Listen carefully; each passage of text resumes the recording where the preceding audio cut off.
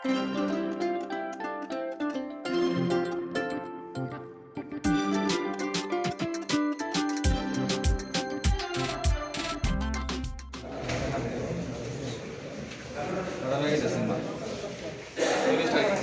ಒಳ್ಳೆ ಮೆಸೇಜ್ ಇದೆ.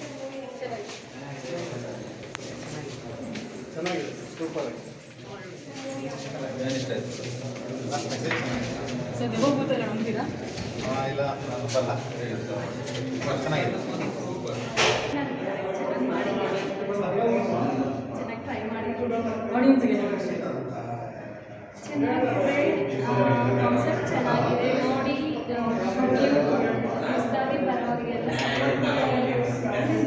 ಅಪ್ರಿಷಿಯೇಟ್ ಮಾಡಿ ಅಂತ ನೀವು ನಂಬ್ತೀರಾ? ಈ ಸಿನಿಮಾ ಹೆಂಗೆ ಒಪ್ಕೊಂಡು ಏನು ಕಾರಣ? ಇದು ನನ್ನ ಫಸ್ಟ್ ಮೂವಿ. ಸ್ಟೋರಿ ಚೆನ್ನಾಗಿದೆ ಅಂತ ಅನಿಸ್ತು. ಸ್ವಲ್ಪ ಬೋಲ್ಡಾಗಿರೋ ಕ್ಯಾರೆಕ್ಟರ್ ಅಂತ ಅನಿಸ್ತು. ಇದು ಮುಂಚೆ ಇದೇ ನನ್ನ ಫಸ್ಟ್ ಮೂವಿ. ಇದಾದಮೇಲೆ ಹೋದರೆ ನಾವು ಸ್ವಲ್ಪ ಲೋ ಬಡ್ಜೆಟಲ್ಲಿ ಮಾಡಿದ್ರಿಂದ ಈ ಬಡ್ಜೆಟಲ್ಲಿ ಬೇರೆ ಥರ ಸಿನಿಮಾಗಳು ಮಾಡೋಕ್ಕಲ್ಲ. ಸೊ ಈ ಪ್ಯಾಟರ್ನ್ ಸಿನಿಮಾಗಳು ಸ್ವಲ್ಪ ಜನರಿಗೆ ಕ್ಯೂರಿಯಾಸಿಟಿ ಮತ್ತು ಕಥೆಯಲ್ಲಿ ಒಂದು ಇಂಟ್ರೆಸ್ಟ್ ಕೊಡುತ್ತೆ. ಹಾಗಾಗಿ ನಾನು ಈ ಥರದ್ದು ಕಥೆ ಮಾಡಿದ್ದೆ.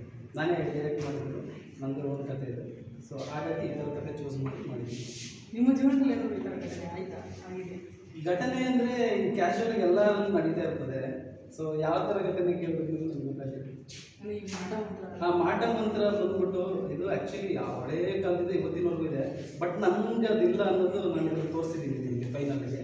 ಸೊ ಮಾಟ ಮಂತ್ರ ಜನ ಆ ಥರದಕ್ಕೆ ಹೋಗಬಾರ್ದು, ಮೂಢನಂಬಿಕೆಗಳು ಬೀಳಬಾರ್ದು ಅನ್ನೋ ಒಂದು ಇಂಟೆನ್ಷನ್ ಇರ್ತದೆ. ಸೊ ಈ ಸಿನಿಮಾನ ಫೈನಲ್ ಮಾಡಿಸ್ತೀನಿ. ಸೊ ಫ್ಯಾಮಿಲಿಗೆ ಒತ್ತು ಕೊಟ್ಟಿದ್ದೀನಿ. ಲಾಸ್ಟಲ್ಲಿ ನೀವು ಅದನ್ನು ನೋಡ್ಬೋದು. ಸೊ ಒಂದು ಫ್ಯಾಮಿಲಿ ಹುಡುಗ ಹುಡುಗಿ ಆ ಥರದ್ದು ಕೊಟ್ಟಿದ್ದೀನಿ. ಸೊ ಅದರ ಜೊತೆಗೆ ಇದಿಲ್ಲ, ನೀವು ಫ್ಯಾಮಿಲಿನಲ್ಲೇ. ನಾನು ಫಸ್ಟ್ ಟೈಮ್ ಮಂತ್ರವಾದಿ ಕ್ಯಾರೆಕ್ಟರ್ ಮಾಡಿರೋದು. ಜನಗಳ ನಿರೀಕ್ಷೆಗೆ ಬಿಟ್ಟಿದ್ದು, ಅವರು ಯಾವ ಥರ ಸ್ವೀಕಾರ ಮಾಡ್ತಾರೆ ಅಂತೇಳಿ ನೋಡಬೇಕಷ್ಟೇ. ಜನಗಳಿಗೆ ಏನು ಹೇಳಕ್ಕೆ ಇಷ್ಟಪಡ್ತೀರಾ?